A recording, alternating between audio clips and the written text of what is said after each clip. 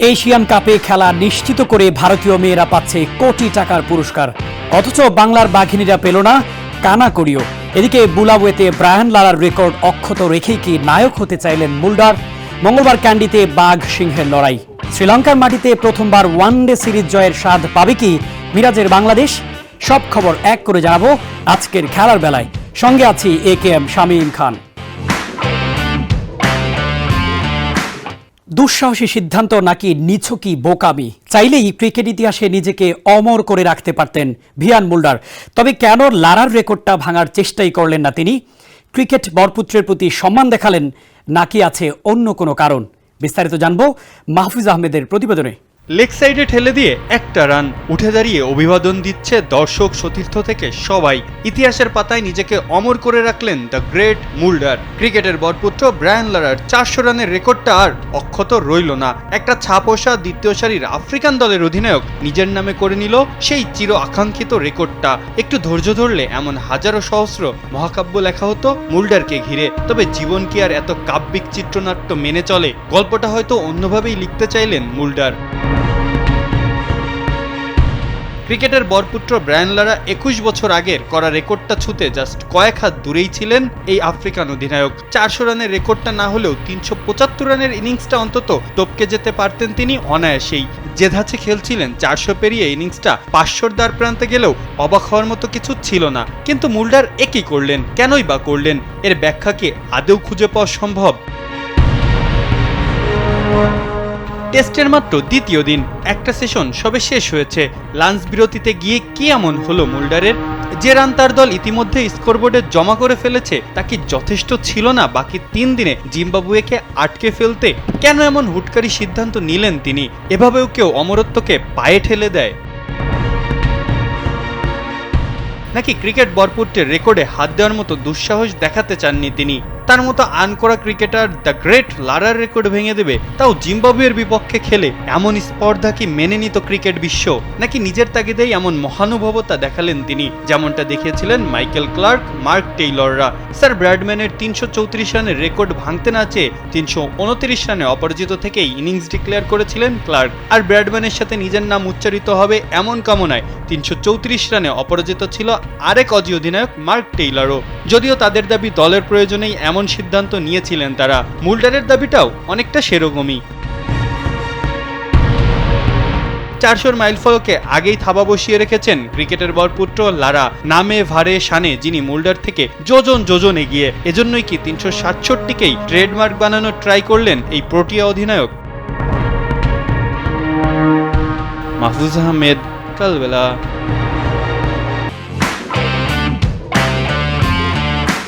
মিয়ানমারে রূপকথার গল্প লিখে বাংলাদেশ নারী ফুটবল দল গভীর রাতে দেশে ফিরে সংবর্ধনা পেলেও আশাহত হওয়ার মতো ঘটনাই ঘটেছে। এশিয়ান কাপে খেলা নিশ্চিত হওয়ায় ভারতীয় মেয়েরা অর্ধ কোটি টাকা পেলেও একই সাফল্যে ঋতুপর্ণাদের ব্যাংক অ্যাকাউন্টে জমা হচ্ছে না কানাকড়িও। বিস্তারিত সাজ্জাদ খানের রিপোর্টে। সম্বর্ধনার মন্ত্র ছাড়ার পর ঋতুপর্ণাদের মনটা হয়তো একটু খারাপই হয়েছে। এত বড় সাফল্যের পরও এলো না পুরস্কারের ঘোষণা, অথচ একই গৌরবে নাম লিখিয়ে ভারতের মেয়েরা পাচ্ছে $50,000। সঙ্গীতাদের জন্য অল ইন্ডিয়া ফুটবল ফেডারেশনের অফিসিয়াল ওয়েবসাইটে এই ঘোষণা দেখে ঋতুদের মনটা হয়তো আরও খারাপ হবে। বাংলাদেশের ক্রীড়াঙ্গনের সবচেয়ে বড় সাফল্যের একটি মেয়েদের এশিয়ান কাপে খেলার যোগ্যতা অর্জন, অথচ কিনা পুরস্কার ঘোষণার বেলায় নীরব বাংলাদেশ ফুটবল ফেডারেশন। মিয়ানমার থেকে ইতিহাস গড়ে গভীর রাতে দেশে ফেরা নারী ফুটবল দলকে সম্বর্ধনা দেওয়া হয় হাতিরঝিলের এমপি থিয়েটারে। রাত 2:30টায় সোনার কন্যাদের সম্মাননা জানাতে ছুটে এসেছিলেন অনেক দর্শক ও সমর্থক। সংস্কৃতি উপদেষ্টা মোস্তফা সরোয়ার ফারুকিও ছিলেন। রাত 3টায় হাতিরঝিলে শুনশান নীরবতার মধ্যে আলো ঝলমলে পরিবেশে ছিল উৎসবের আমেজ। বাফুফের সভাপতি তাবিত আওয়ালের বক্তব্যের সময় গভীর মনোযোগ ছিল নারী ফুটবলারদের। বিশেষ কোনো ঘোষণা হয়তো আসবে ভেবে, তবে মিলেছে কেবল নারী ফুটবল দলের পাশে থাকার প্রতিশ্রুতি। এশিয়ান কাপ নিশ্চিতের পরও বাফুফের সভাপতির কাছ থেকে আর্থিক কোনো ঘোষণা না পাওয়ায় পুরো অনুষ্ঠানের আলো খানিকটা ম্লানি হয়েছে। অথচ একই সাফল্যে প্রায় 60 লাখ টাকা পাচ্ছে ভারতীয় ফুটবলাররা। সাজ্জাদ খান, কালবেলা।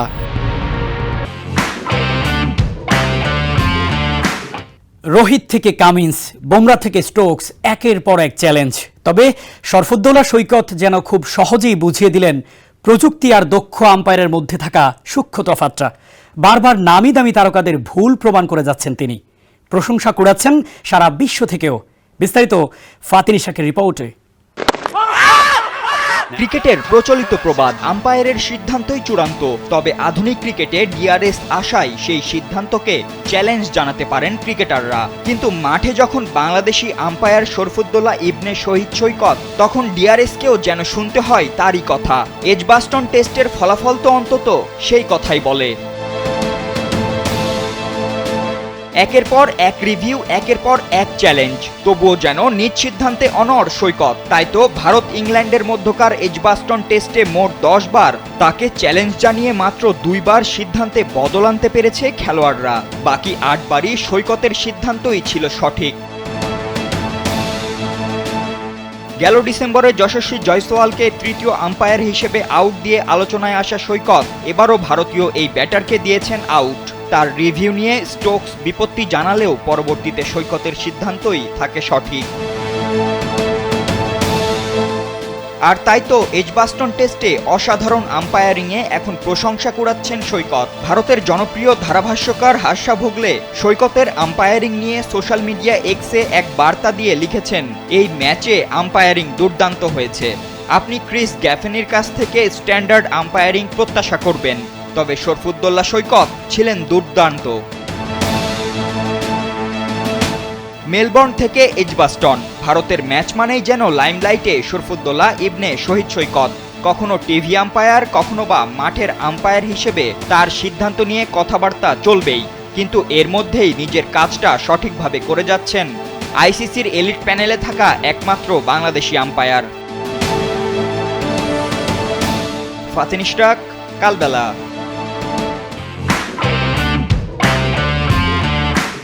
দীর্ঘদিন পরে জয় পেয়ে স্বস্তির নিঃশ্বাস বইছে টাইগার শিবিরে। উজ্জীবিত বাংলাদেশের এখন টার্গেট সিরিজ জয়। পাহাড়ের শহরে টাইগাররা কি পারবে লঙ্কানদের বধ করতে? বিস্তারিত ফাতিন ইশাকের রিপোর্টে। সমুদ্র থেকে পাহাড়ে পাড়ি, কলম্বোর কোলাহল পেরিয়ে এবার টাইগারদের গন্তব্য ক্যান্ডি। শ্রীলঙ্কার এই পাহাড় ঘেরা শহর শুধু ক্রিকেট নয়, মানসিক প্রশান্তির খোঁজেও বহু মানুষের ঠিকানা। ক্যান্ডি লেকের পাড়ে গড়ে ওঠা টেম্পল অব ট্রুথ, যেখানে সংরক্ষিত আছে গৌতম বুদ্ধের একটি দাঁতের ধ্বংসাবশেষ। জুলাই আগস্টে তাই পর্যটকের ঢল নামে এসেলা পেরাহেরা উৎসব ঘিরে। এবছরও 30 জুলাই থেকে 9 আগস্ট পর্যন্ত আলোকিত হবে এই ক্যান্ডির রাত। তবে এবার ক্যান্ডি আরও এক কারণে গুরুত্বপূর্ণ। এখানেই হতে যাচ্ছে বাংলাদেশ বনাম শ্রীলঙ্কার সিরিজ নির্ধারণী ওয়ানডে। এই মাঠে এর আগেও খেলেছে 2 দলই, তবে মাত্র 2 ম্যাচের সেই পরিসংখ্যানের জয়ের গল্পটা 50-50। তাই তো এবারের সিরিজ নির্ধারণী ম্যাচে পাল্লেকেলের ইতিহাসেও এগিয়ে যাওয়ার সুযোগ আছে মিরাজদের সামনে। 2013 সালের মার্চে পাল্লেকেলেতে লঙ্কানদের বিপক্ষে 302 রান তাড়া করে ডিএল পদ্ধতিতে বাংলাদেশ জিতেছিল 3 উইকেটে। তার 10 বছর পর 2023 সালের আগস্টে এশিয়া কাপের ম্যাচে বাংলাদেশকে 164 রানে গুড়িয়ে দিয়েছিল শ্রীলঙ্কা।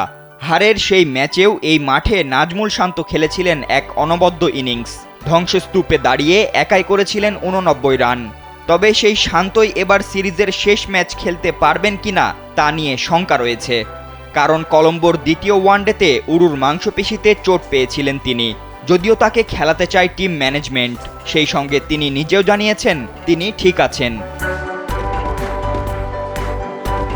সিরিজের প্রথম ম্যাচে 5 রানে 7 উইকেট হারিয়ে ছন্নছাড়া বাংলাদেশ দ্বিতীয় ওয়ানডেতে ঘুরে দাঁড়িয়েছে।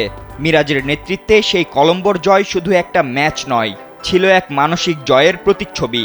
তানভীর ইসলামের অভিষেক স্মরণীয় পারফরম্যান্স, শামীম হোসেনের চোখে লাগার মতো বোলিং আর মোস্তাফিজের চমক, সব মিলিয়ে এক আত্মবিশ্বাসী বাংলাদেশ।